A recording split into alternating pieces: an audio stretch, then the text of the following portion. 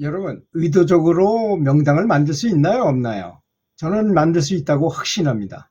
왜 그러냐면, 한동안에 아주 굉장히 인터넷상으로 회자됐던 대전에 있던 어떤 약사분이 이 하얀 백자에다가 뭔가를 써놔가지고 자기 조상의 묘가, 산소가 만약에 자리가 좋지 않다면 명당으로 만들 수 있는 방법이다 해가지고 그거를 판매했던 적이 있어요.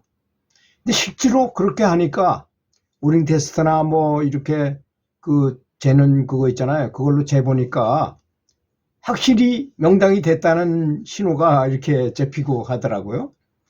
근데 그걸 뭐 믿거나 말거나 하지만 저는 확실히 그것이 된다고 생각합니다. 왜냐하면 제가 얘기한 걸 들어보면 이해가 가실 것입니다. 우리는 꼴값 한다는 말을 많이 써요. 근데 이 꼴값 한다는 말이 굉장히 나쁜 말로 쓰고 있어요. 근데 원래는 그 꼴값이라는 말이 나쁜 말인가요?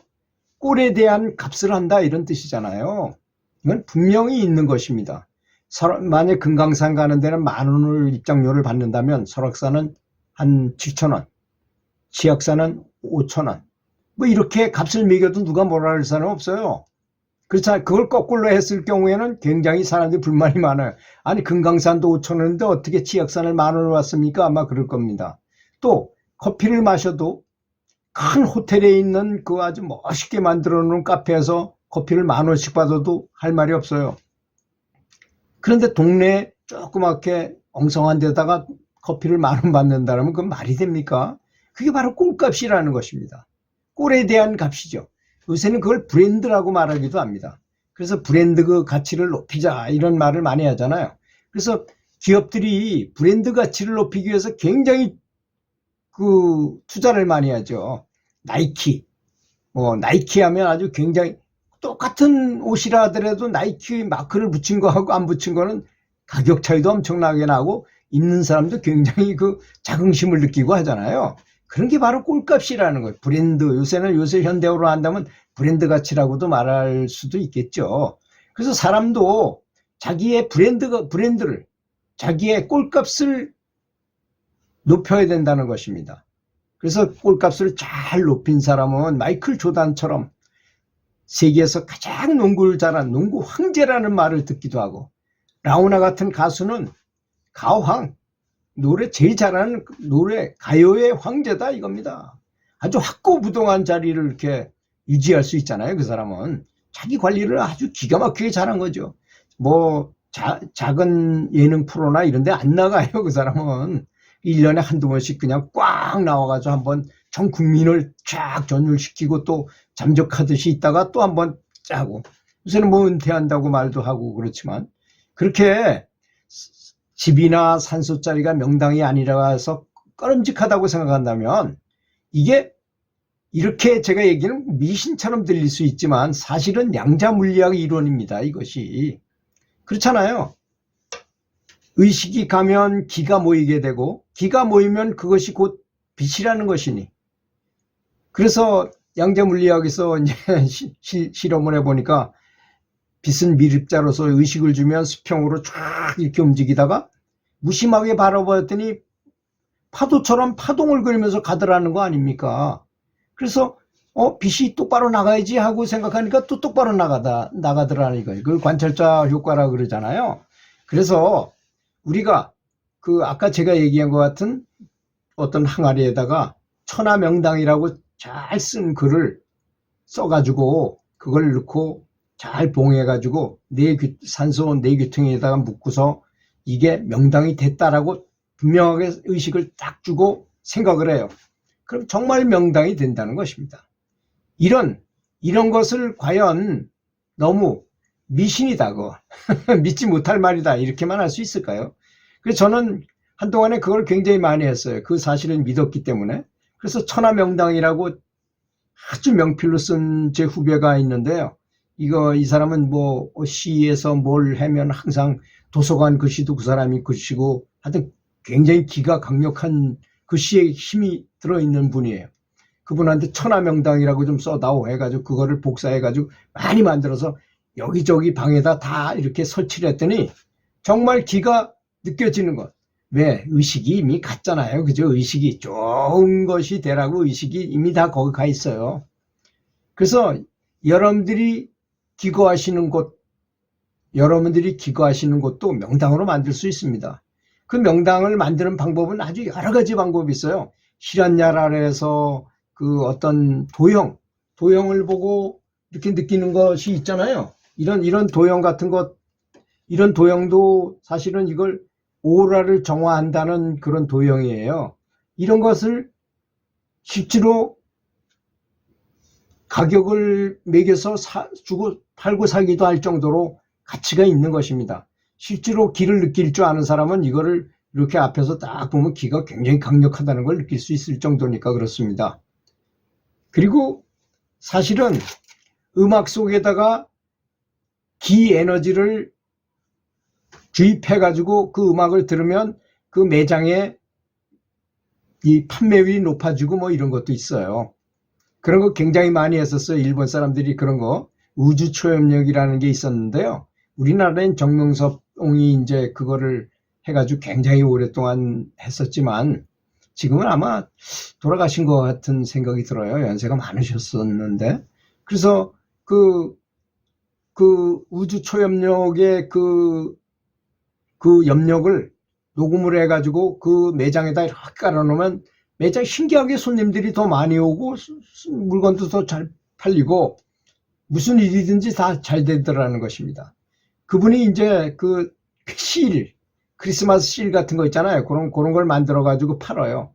그래서 제가 그걸 구입해다가 벤자민 나무에 벤자민 화초로 키우는 벤자민 있잖아요. 거기다가 묻어놨어요. 그 이제 아버지한테 붙였다가 이제 다 썼으니까 이제 그걸 버리기도 뭐해서 아까워서 그거를 벤자민 나무 옆에다가 이렇게 묻어놨더니 벤자민이 신기하게 크는 거예요. 이렇게 커 올라오던 벤자민이 옆에가 뭐 탁 튀어나오면서 이상한 기형이 아주 굉장히 신비한 그런 나무 형태를 갖추면서 옆에가 삐져나와서 크더라고요. 아, 이거 그냥 장난이 아니구나. 이게 뭔가가 있긴 있고 확실히 있는 것이구나.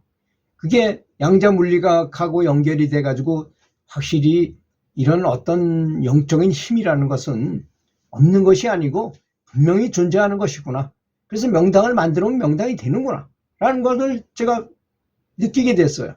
그 다음에 어떤 깨달은 스승님이 그린 그림을 이렇게 걸어 놓으면 또 그분이 쓰던 물건을 갖다가 이렇게 걸어 놓으면 사실 만다라라는 거 있잖아요. TV에서 가면 하는 만다라라는 건 사실 그런 거였답니다, 원래가. 근데 그걸 그림으로 만들어가지고 이제 지금 형성화해가지고 뭐 여러 정성을 들여서 그걸 만들잖아요. 그 만다라가 굉장히 파워가 있어요. 그렇기 때문에. 원래는 스승의 물건을 이렇게 뺑 돌려놓고 자기가 도움을 받고자 했을 때 도움을 받는 도구였답니다. 그래서 그거를 매일 스승의 물건을 들어서 옮기고 왔다 갔다 하기 곤란하니까 만다라라는 걸 만드는 거죠. 아예 그림 도식화해가지고 만들어서 똑같은 효과가 나타나라. 또 다른 의미로 좀 미신적으로 또 생각하기 쉬운 건데 어떤 깨달은 사람 또는 아주 병을 잘 고치는 사람이 있었다고 생각해 보십시오. 근데 그 사람이 죽어야 되는데 뭔가 이 힘을 그대로 남기고 싶을 때가 있었을 거 아니겠습니까? 그 남기고 싶으면 어떻게 남길까요? 그림으로 남기는 거죠. 어떻게 남기나요? 부적이라는 걸로. 그냥 어떤 글씨만 쓰면 그것이 나타나면 안 되잖아요. 그러니까 아주 뭐 굉장히 복잡하게 이렇게 그림을 그려놓고 요걸 그리면 내가 힘을 그대로 발휘하겠다 하는 거였겠죠. 부적이라는 것은. 그렇지 않습니까? 그래서 내가 너희들이 그걸 만들어가지고 딱 어디다 붙여놓으면 그렇게 작용을 해주겠다. 이런 뜻이었겠죠. 그렇게 생각하면 편하게 부적에 대해 이해할 수 있게 되잖아요. 자, 그렇다면 동작으로 부적을 만들 수 있을까요? 동작으로 만드는 부적은 태극권 같은 거라고 저는 생각합니다. 장산봉 진인이 자기가 수련을 하다가 어떤 움직임 속에서 이렇게 하니까 기 에너지가 너무나 강해지고 너무나 내 몸에 기혈이 잘 돌고 이걸로 도를 통해서 근데 이거를 전해주고 싶어서 제자들한테 야, 요렇게 하니까 요런 에너지가 나오니까 요렇게 해봐라 해가지고 태극권이라는 이름으로 사람들, 제자들한테 가르쳐서 아직까지도 그게 전해 내려와요. 그럼 장산봉 진인이 했던 그 태극권의 진술을 그대로, 그 중엔 고수 중에는 아마 장산봉 진인 가까이 그 아주 법히 선열을 느끼는 분이 있을 것입니다. 아마 그 태극권을 통해서. 저도 그런 걸 굉장히 많이 느끼거든요. 이렇게 그 태극권은 아니더라도, 태극권하고 비슷한 걸 이렇게 하더라도 너무나 황홀한 그런 진리의 에너지의 그 느낌 속에서 이렇게 그 태극권 비슷한 거를 합니다. 저는 제가 스스로 만들어서 해요. 꼭 뭐 태극권을 배울 필요는 없다고 느껴지더라고요. 왜? 왜냐하면 저는 길을 마음대로 느낄 수 있는 사람이기 때문에 그런 것이죠. 그러니까 다른 사람이 추는 거는 그냥 춤에 불과할지 모르지만 기를 터득하고 기공을 터득한 사람은 그것이 자기 수련에 아주 굉장히 좋은, 여러분 놀라지 마십시오.